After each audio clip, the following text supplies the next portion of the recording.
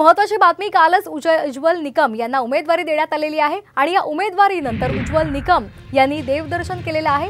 मुंबादेवी मंदिरामध्ये जाऊन त्यांनी देवीची पूजा केलेली आहे।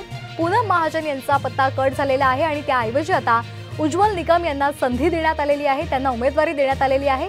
उत्तर मध्य मुंबईमधून उज्ज्वल निकम यांना उमेदवारी देण्यात आलेली आहे आणि त्या पार्श्वभूमीवर त्यांनी मुंबादेवी मंदिरामध्ये जाऊन देवीची पूजा केली आणि आरती केली आहे।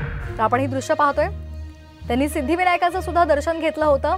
उमेदवारी जाहीर झाल्यानंतर आता उज्ज्वल निकम हे देवदर्शन करतायत। या संदर्भात अधिक माहिती घेऊयात आमचे प्रतिनिधी सचिन गाड यांच्याकडून। सचिन, नक्कीच कालच उज्ज्वल निकम यांना मुंबई उत्तर मध्य म्हणून उमेदवारी जाहीर झालेली आहे आणि त्यानंतर त्यांनी देवदर्शनाला सुरुवात केलेली आहे। काल त्यांनी सुरुवातीला सिद्धिविनायक घेतला आणि आता उज्ज्वल निकम हे मुंबईच्या प्रसिद्ध असे मुंबादेवी मंदिरात दर्शन घेत आहेत। त्यानंतर ते बाळासाहेब ठाकरेंच्या स्मृतीस्थळी भेट देतील, चैत्यभूमी तसेच वीर सावरकर स्मारकाला देखील भेट देणार आहेत। तर आपण बघतोय की उमेदवारी जाहीर झाल्यानंतर आता उज्ज्वल निकम हे ऍक्टिव्ह मोडमध्ये आलेले आहेत। अगदी धन्यवाद आपण दिलेल्या या माहितीसाठी। तर आपण हे दृश्य पाहतोय, मुंबादेवी मंदिरामध्ये जाऊन उज्ज्वल निकम यांनी देवीचं दर्शन घेतलेलं आहे आणि आरती सुद्धा केलेली आहे। उत्तर मध्य मुंबईमधून निकम यांना उमेदवारी देण्यात आलेली आहे।